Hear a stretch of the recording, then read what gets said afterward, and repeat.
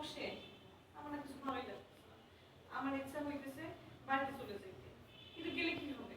এলাকার লোকজন বলবে দেখো দিশার 2 দিনও জামাই ভাত খেতে পারলো না।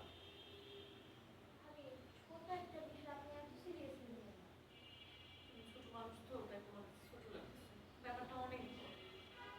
শোনো, মরণ পাখি যদি ধরতো তাহলে ওই মহিলা পার্টনারের কথা আসলো কেন, টাকা গন্ডগোলের কথা আসলো কেন?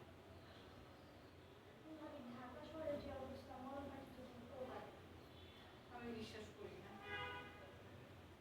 আমার কাছে গন্ডগোল লাগছে। এই ধরনের কথা কেন আসবে? একটা মহিলার কথা কেন আসবে কম?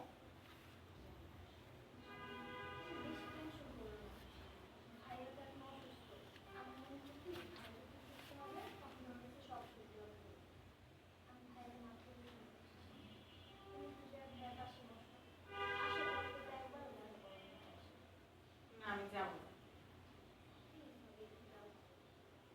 ঋষি, তোমার মেয়ে বসে আছে, তোমার সমস্যা হইতেছে? হইলে কও, আমি ড্রয়িং রুমে গিয়ে বসবো। আর তাতেও যদি তোমাদের সমস্যা হয় তাহলে আমি বাপের বাড়ি চলে যাবো।